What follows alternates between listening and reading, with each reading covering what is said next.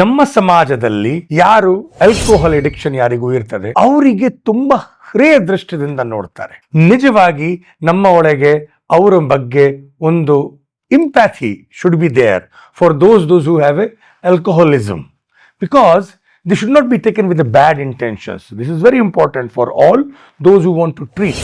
ಈಗ ಇಡೀ ಜಗತ್ತದಲ್ಲಿ ಅವರಿಗೆ ಟ್ರೀಟ್ಮೆಂಟ್ಗೆ ಔಷಧಿ ಇಲ್ಲ, but Ayurveda has A very good solutions. But it is ಬಹಳ ಬೇಸರದ ವಿಷಯ, ನೀವು ಎಲ್ಲರೂ ಅದನ್ನು ಉಪಯೋಗವೇ ಮಾಡೋದಿಲ್ಲ. ಆಚಾರ್ಯ ಏನು ಹೇಳ್ತಾರೆ ಶಾಸ್ತ್ರದಲ್ಲಿ, ವಾತ ಜಾಸ್ತಿ ಆದ್ರೆ ಕುಡಿದು ಏನು ಸಿಂಪ್ಟಮ್ಸ್ ಸಿಗೋದು? ಹಿಕ್ಕ, ಶ್ವಾಸ, ಶಿರಶೂಲ, ಅವರಿಗೆ ಜಗೆ ಇರ್ತದೆ, ಉಬ್ಬಾಸ್, ಬ್ರೆತ್ಲೆಸ್ನೆಸ್. ಶಿರಶೂಲ, ತಲೆಯಲ್ಲಿ ನೋವು ಇರ್ತದಂತೆ. ಪ್ರಜಾಗರ, ಈ ರಾತ್ರಿ ನಿದ್ರೆ ಬರೋದಿಲ್ಲ ಅಂತೆ.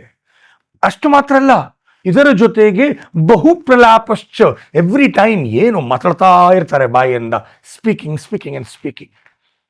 What you have to do? ಮಧ್ಯಂ ಸೌವರ್ಚಲಂ ವ್ಯೋಷಯುಕ್ತಂ ಕಿಂಚಿತ್ ಜಲಾನ್ವಿತಂ. ನೀವೇನು ತಗೊಳ್ಬೇಕು? ನೀವು ಸ್ವಲ್ಪ ನೀರು ತಗೊಳ್ಬೇಕಂತೆ. ಅದರಲ್ಲಿ ತ್ರಿಕಟು, ಕಾಳುಮೆಣಸು, ಹಿಪ್ಪಲಿ ಮತ್ತೆ ಶುಂಠಿ ಪುಡಿ, ಮೂರನ್ನು ತುಂಬ ಪ್ರಮಾಣದಲ್ಲಿ ಸಿಗ್ತದಂತೆ.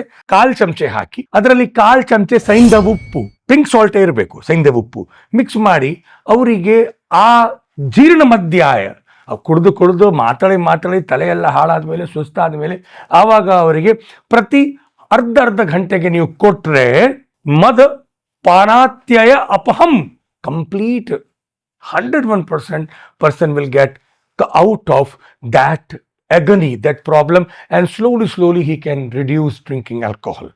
So you may think it's a very small solution, Saindhav salt and Trikatu, but it really works.